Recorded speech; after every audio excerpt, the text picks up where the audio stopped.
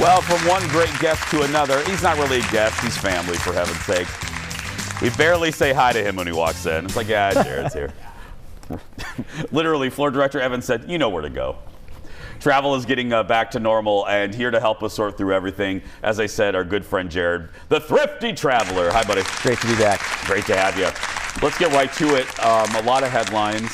Let's start with gas prices. You know, when gas prices went up before, I think 08, there was a bump. We saw airline prices go up as well. Are we going to see that again? Are we seeing that again? You know, we're going to see it a little bit. There's just airline flight pricing is super complex. Yes. So the one good thing is there's so much competition with all these different airlines. You know, whether it's Spirit, Frontier, Delta domestically, or even like flying to Iceland. You know, there's Iceland Air, there's Delta. I mean, there's a lot of competition that helps keep prices low. So there's going to be pockets of value, but I think we will see some of those, high oil prices affect airlines. Yes. What is the feeling right now? I know because I follow certain, like obviously Disney stuff, and the crowd levels there are high.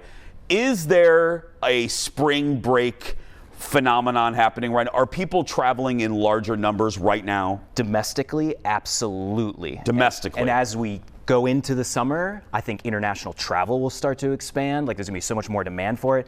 It's gonna be a crazy summer for travel. Really? Yes. Even more than last year before, yeah. Yes, definitely, for sure. Once the masks likely go away in a month, return testing that's required for international travel for all U.S. citizens, as soon as that goes away, hopefully in a month or two, then it's just going to feel kind of like 2019 again. I know you mentioned it, and I know that you don't work for the TSA, you don't work for the FAA, but if you're reading the tea leaves, because this was a question that came up a lot on our Facebook page for you, your best guess, do you see the mask mandate for airlines ending in about a month? Yeah, I think April 18th is when it should end. It was just extended. It was actually supposed to expire tomorrow. Yeah. It was extended a month by the White House. And I think there's a lot of pressure. The Senate just passed a resolution that won't get written into law, but there's just a lot of pressure to get rid of the mask mandate. Yeah. I think yes. I always feel, look, I've taken it seriously. People know that. But I just, you know what I keep thinking? I will feel relief for the poor crews. That is what I mean? Pressure is. Yes. It's like, yes. So what they have to deal with. Kendall just had to deal with a Yahoo who stopped the flight because he didn't want to follow the rules. I've seen two people get kicked off flights right next to me, and I'm just like, this is crazy. The crews don't get paid enough to deal with that crap. No. Let's talk passports. There's a rumor going around that you may soon be able to apply online? Yes, for renewing a passport. Renewing, yes. Okay. So right now to renew a passport, it takes 3 months, several months to get the renewal. But since last fall, they've been piloting this new program, and it takes less than, what we've heard anecdotally, around 10 days to get your passport back. So, going from 3 months of paperwork, having to mail something in, to doing it online and then getting it back in 10 days. That's quicker than pre-check, signing up for TSA pre-check. It's a quick turnaround, and one of the few positive things we're seeing in travel right now. Speaking of turnaround, we're going to turn around a commercial, and when we come back, when Jared's here, we got to talk deals. That and more when we come back. Plus some questions from you. Wow, that's quick. Let's make it a good day. We do it our own way. Let's make it a good day. Oh, no matter what they say. Oh, yeah. Again, we got to congratulate the guys at the Yam House. They're going to be on that NBC American Song Show representing Minnesota. Another hero of ours, Jared from Thrifty Travelers here, and it's time to check some deals. What do we have? So we talked about airline flight pricings going up, but there's always deals to be had. So these are bookable through Google Flights, or you can go to thriftytraveler.com. We have a flight deal service. Just go to our top menu bar, click on Get Cheap Flights, and we'll start sending emails to you. Okay. So these are a few that we found this week. So 3 domestic flights on Delta, nonstop round trip. Chicago for 107 through May, Miami 107 through May, and New York, which has been surprisingly cheap, for 158 through November, including this summer. That's interesting you said that. I just got an email, I think from Delta, specifically about flights to New York. Yes. Like this is like, you need to fly, it's cheap right now. I thought, why New York is cheap? Why is it? I can't, because they're battling with JetBlue with a new recent route, and there's just some competition in New York specifically. But yeah, New York typically isn't the cheapest. No, it's not. Which is great to see. I got some international ones as well. Well, this isn't technically international, but kind of. San Juan, Puerto Rico, $335, August through November. There's no testing because it's technically the U.S. And then Iceland, this is one of my favorites, for $551 on Delta nonstop round trip through August, including peak summer, which in Iceland, there's 24 hours of sunlight in June and July.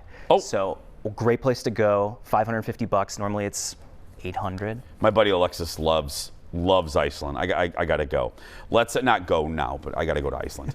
Let's go to our Facebook page. Earlier this morning, we asked you to ask Thrifty Traveler some questions. First up is Rod. Rod asks, where is the best place to park your car in the Twin Cities when traveling? So this is always like kind of the battle of like cost versus like hassle. Yep. So you can now pre-book at the airport. So you can go onto the Minneapolis airport website and you can pre-book parking at